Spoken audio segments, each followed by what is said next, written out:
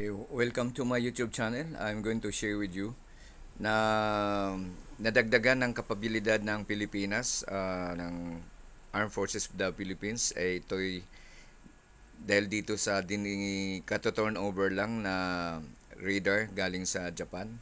Ito ay may kapasidad na mag-surveillance ng maritime territory natin at saka yung airspace natin. So meaning, dahil dito sa radar na to, makikita na natin kung ano yung mga pumapasok sa ating teritoryo na kahit hindi sila nagpapaalam ay madidetect natin na sila ay lumabag sa or nanghimasok sa airspace na dapat lang ay kapag sila ay dadaan, kailangan sila ay magpapaalam. So kung hindi naman sila nagpapaalam, ito'y nakikita natin dahil sa radar system na ito.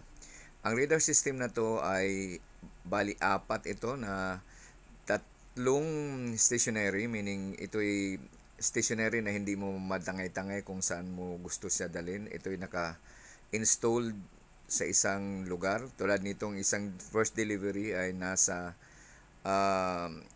Angeles City, La Union. Sa tatlong stationary na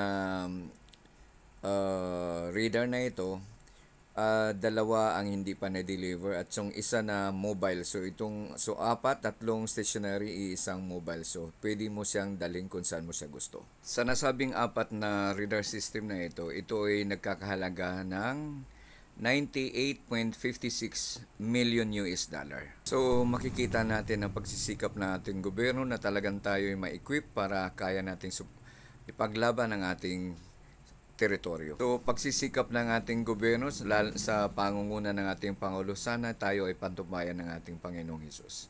May God protect us now and always. So sa ating mahal na Pangulo, sana kayo ay patnubayan ng ating Panginoon at matupad mo pang gusto mo mapaunlad sa ating bansa.